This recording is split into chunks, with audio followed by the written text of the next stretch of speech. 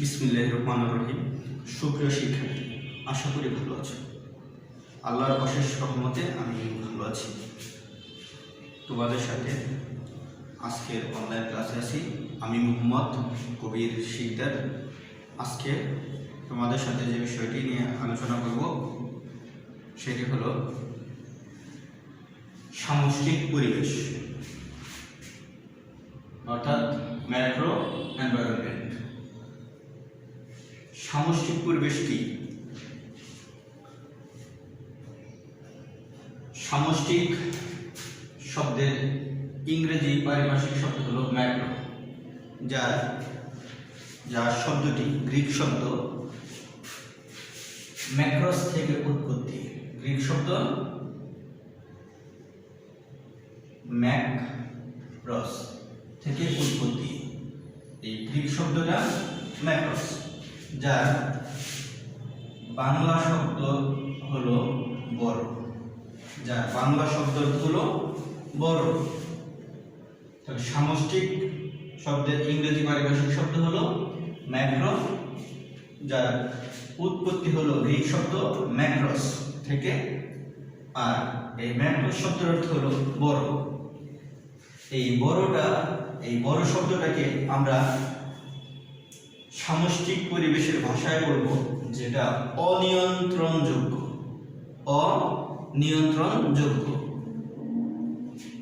যাকে নিয়ন্ত্রণ করা যায় না, যাকে নিয়ন্ত্রণ করা সহজ নয়, এটা অনিয়ন্ত্রণযোগ্য। এবার আসলে তাহলে সংজ্ঞায় চলে যাই আমরা। সামষ্টিক পরিবেশের কিছু উপাদান রয়েছে, যে উপাদানগুলো আমরা এখানে লিখেছি। এই উপাদানগুলোকে সহজে নিয়ন্ত্রণ করা যায় না। এই উপাদানগুলোর নিয়ন্ত্রণ বা প্রতিষ্ঠানের হাতে সাধারণত থাকে না। এজন্য সংজ্ঞায় বলা হয়েছে যে পরিবেশের শক্তি পক্ষ বা উপাদানগুলো, পক্ষগুলো নিয়ন্ত্রণযোগ্য নয়, নিয়ন্ত্রণ করা যায় না, সে উপাদানগুলোর সমন্বয়ে যে পরিবেশ গড়ে ওঠে তাকে বলা হয় সামষ্টিক পরিবেশ, অর্থাৎ ম্যাক্রো এনভায়রনমেন্ট। তাহলে পরিবেশের যে পক্ষ শক্তিগুলো সহজে নিয়ন্ত্রণ করা যায় না, নিয়ন্ত্রণযোগ্য নয়, এই উপাদানগুলোর সমন্বয়ে যে পরিবেশ গড়ে ওঠে তাকে আমরা বলবো ম্যাক্রো এনভায়রনমেন্ট বা সামষ্টিক পরিবেশ। আশা করি সংজ্ঞাটি বুঝতে পেরেছ। এবার আমরা বিস্তারিত আলোচনায় যাচ্ছি। সামষ্টিক পরিবেশের উপাদান। প্রাকৃতিক পরিবেশ। প্রাকৃতিক পরিবেশ কাকে বলা হয়? প্রাকৃতিক পরিবেশ মূলত ভৌগোলিক পরিবেশ, যে পরিবেশটি আপনা আপনি সৃষ্টি হয়ে আছে, যে পরিবেশের উপর মানুষের কোনো হাত নেই, ভৌগোলিকভাবেই সৃষ্টিকর্তা সৃষ্টি করে রেখেছেন। অর্থাৎ ভূপ্রকৃতি, জলবায়ু, নদ নদী, খাল বিল, জলাশয়, গাছপালা, আবহাওয়া, জলবায়ু, বৃষ্টিপাত, মৃত্তিকা, পাহাড় পর্বত, এর সমন্বয়ে যে পরিবেশ গড়ে ওঠে তাকে বলা হয় প্রাকৃতিক পরিবেশ। এই প্রাকৃতিক পরিবেশের উপাদানগুলো যা ব্যবসা বাণিজ্যের জন্য জরুরি, এগুলো যদি অনুকূলে থাকে তাহলে ব্যবসায় কাঁচামাল প্রাপ্তিটা সহজলভ্য হয়। তাহলে প্রাকৃতিক পরিবেশের উপাদানগুলো অনুকূলে হলে কাঁচামাল প্রাপ্তিটা সহজলভ্য হয়, যা দ্বারা ব্যবসা বাণিজ্যের প্রয়োজনীয় কাঁচামাল সংগ্রহ করা যায়। অন্যদিকে পণ্যের কাঁচামালের সহজলভ্যতা না থাকলে ব্যবসায় বাণিজ্যিক কার্যক্রম বাধাগ্রস্ত হয়, অর্থাৎ উৎপাদন কার্যক্রম বাধাগ্রস্ত হয়। প্রাকৃতিক পরিবেশ সামষ্টিক পরিবেশের এমন একটি উপাদান বা শক্তি যা বিপণন কার্যক্রমকে পরোক্ষভাবে প্রভাবিত করে। প্রাকৃতিক পরিবেশের উপাদানগুলো অনুকূলে হলে উৎপাদন কার্য সহজ হয়, ত্বরান্বিত হয়, গতিশীল হয়।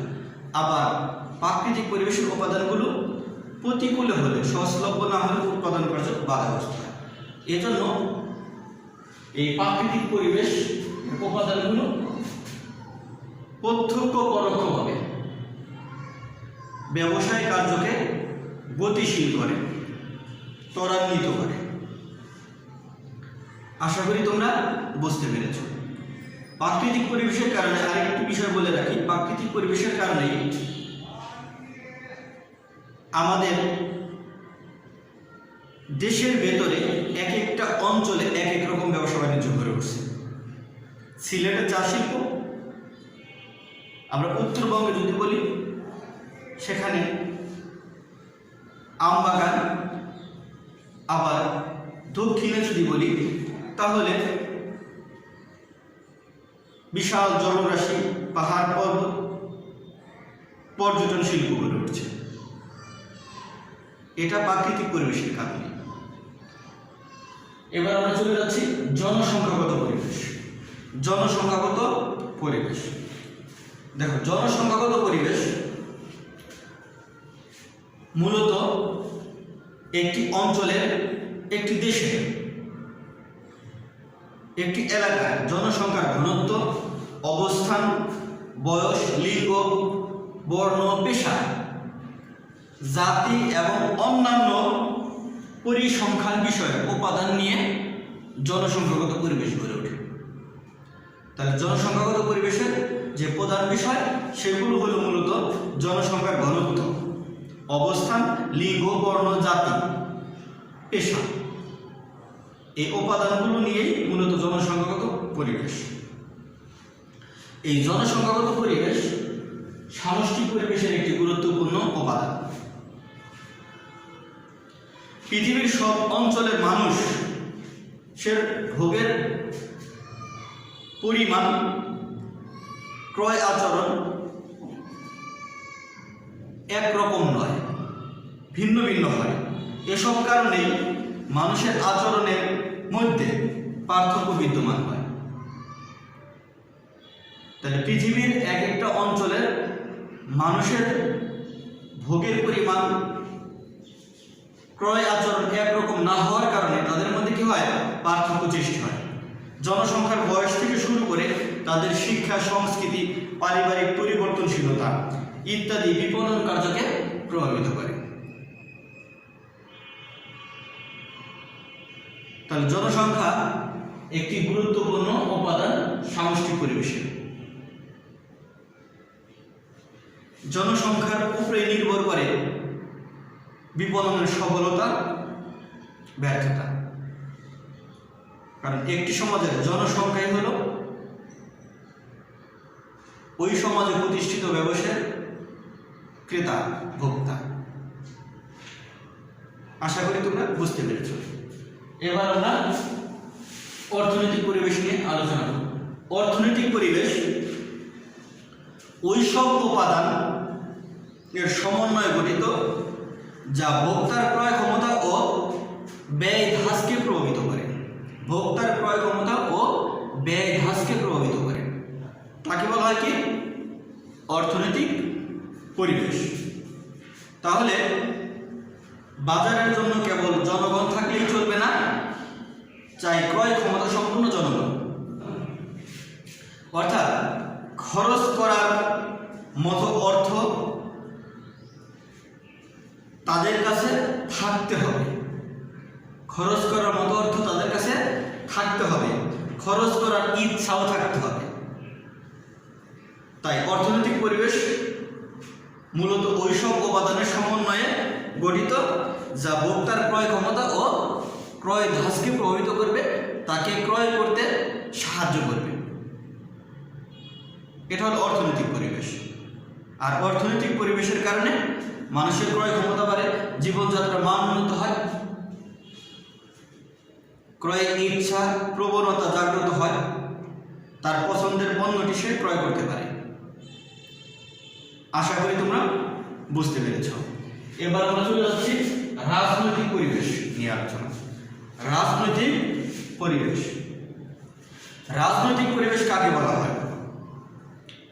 রাজনৈতিক পরিবেশ মূলত সরকার, সরকারি দল, বিরোধী দল, সরকারি রীতিনীতি, নিয়মকানুন, আইন শৃঙ্খলা, সরকারি সংস্থা, সামাজিক স্বার্থ সংরক্ষণকারী প্রতিষ্ঠান, হরতাল, ধর্মঘট, অবরোধ, এই উপাদানগুলোর সমন্বয়ে রাজনৈতিক পরিবেশ গঠিত। তাহলে রাজনৈতিক পরিবেশের প্রধান উপাদান সরকার, সরকারি নিয়ম নীতি, আইন শৃঙ্খলা, ধর্মঘট, হরতাল, অবরোধ, সরকারি সংস্থা, সরকারি প্রতিষ্ঠান, বিরোধী দল, বিরোধী দলের রীতিনীতি, এগুলো রাজনৈতিক পরিবেশের উপাদান। আর রাজনৈতিক পরিবেশের উপাদানের কারণে ব্যবসা বাণিজ্যের উপর প্রভাব পড়ে। সামষ্টিক পরিবেশের একটি গুরুত্বপূর্ণ পরিবেশ হল রাজনৈতিক পরিবেশ। সরকারি রীতিনীতি ব্যবসার উপর প্রভাব বিস্তার করে, প্রত্যক্ষভাবে প্রভাব বিস্তার করে। পণ্য আমদানি রপ্তানি কার্যক্রম পরিচালনায় বিপণনকারীকে সরকারি নিয়ম নীতি মেনে চলতে হয়।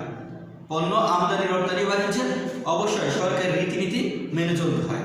পাশাপাশি অভ্যন্তরীণ বাণিজ্যের ক্ষেত্রেও, অভ্যন্তরীণ ব্যবসার ক্ষেত্রেও রাজনৈতিক রীতিনীতি যদি অনুকূলে থাকে তাহলে ওই ব্যবসা বাণিজ্য দ্রুত সম্প্রসারিত হতে থাকে, ভালো চলতে থাকে। আর রাজনৈতিক রীতিনীতি, আইন কানুন যদি প্রতিকূলে থাকে তাহলে ওই ব্যবসা বাণিজ্য অগ্রসর হতে পারে না। এজন্য বৈধ উপায়ে রাজনৈতিক নিয়ম কানুন মেনে ব্যবসা বাণিজ্য পরিচালনা করতে হয়। আশা করি বুঝতে পেরেছ। এবার আমরা চলে যাচ্ছি সাংস্কৃতিক পরিবেশের কাছে। সাংস্কৃতিক পরিবেশ হলো মৌলিক মূল্যবোধ, বিশ্বাস, রীতিনীতি, জীবন ধারণ পদ্ধতি এবং আচরণ যা ব্যবসা বাণিজ্যকে প্রভাবিত করে। এটা হলো সাংস্কৃতিক পরিবেশ। তাহলে সাংস্কৃতিক পরিবেশের কারণে এক এক দেশের মানুষের বিশ্বাস, মূল্যবোধ, ধ্যান ধারণা, আচার আচরণ আলাদা হয়ে থাকে সাংস্কৃতিক পরিবেশের কারণে। শুধু তাই নয়, মানুষের রীতিনীতি, পোশাক পরিচ্ছদ, চাল চলন, খাদ্য অভ্যাসের মধ্যে পার্থক্য পরিলক্ষিত হয়। আমরা যদি উদাহরণ দিয়ে বলি, যদি আমেরিকাতে বোরকা রপ্তানির প্রতিযোগিতায় নামে কেউ, তাহলে এটা তার বোকামি হবে। কারণ এখানে বোরকার এত প্রচলন নেই, বোরকা পরবে না তারা। এটা সাংস্কৃতিক পরিবেশের কারণে। বাংলাদেশের মুসলিম প্রধান দেশগুলোতে বোরকার প্রতিযোগিতা করে ব্যবসা করলে সেখানে প্রচুর পরিমাণে বোরকা ব্যবহার হবে, চলবে, ক্রয় বিক্রয় চলবে, কিন্তু আমেরিকাতে হবে না। এরকম ভাবে যদি খাদ্যের কথা বলি, অমুসলিম যে খাদ্যগুলো সেবন করে, ভোগ করে, মুসলিমরা ওই খাদ্যটা এড়িয়ে চলতে চেষ্টা করবে, ওই খাদ্য সে গ্রহণ করবে না।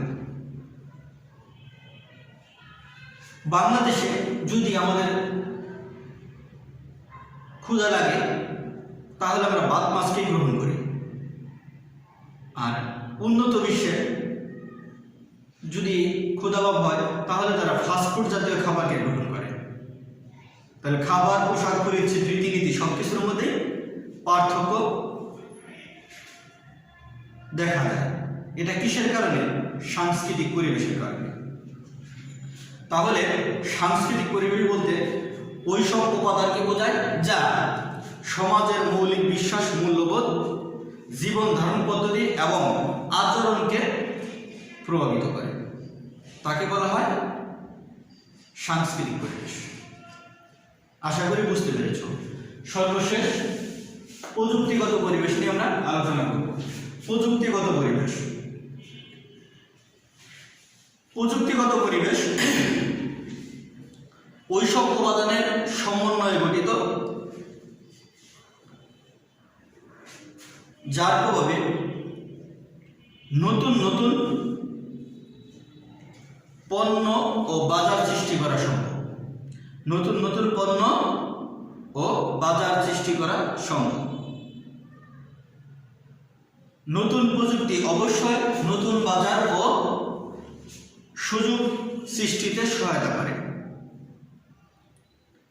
ক্রেতাদের নতুন নতুন পণ্য ও সেবা ভোগের সুযোগ তৈরি করে।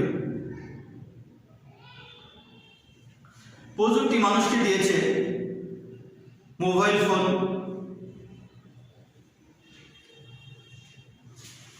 কম্পিউটার এর মতো বিস্ময়কর কিছু আবিষ্কার। এগুলো মানুষের জীবনযাত্রাকে বদলে দিয়েছে।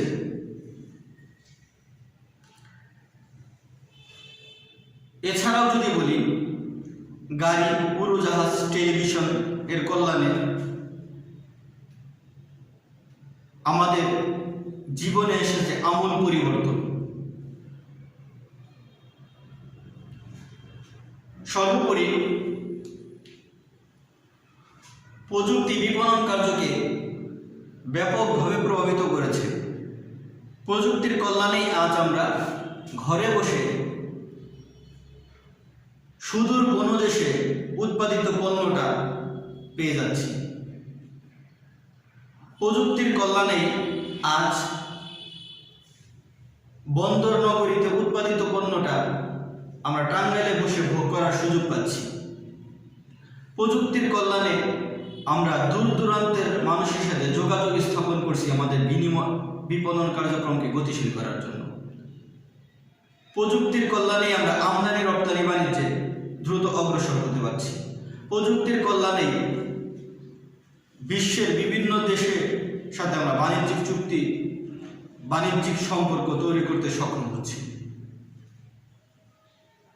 আশা করি তোমরা বুঝতে পেরেছ। আজকের আলোচনার বিষয় ছিল মূলত সামষ্টিক পরিবেশ, ম্যাক্রো এনভায়রনমেন্ট এর উপাদানগুলো নিয়ে আমরা বিস্তারিত আলোচনা করলাম। যদি কোনো সমস্যা হয়ে থাকে জানাবে, সমাধান করে দেবো ইনশাল্লাহ। ততক্ষণ ভালো থেকো। তোমাদের সুস্বাস্থ্য কামনায় শেষ করছি। আল্লাহ হাফেজ।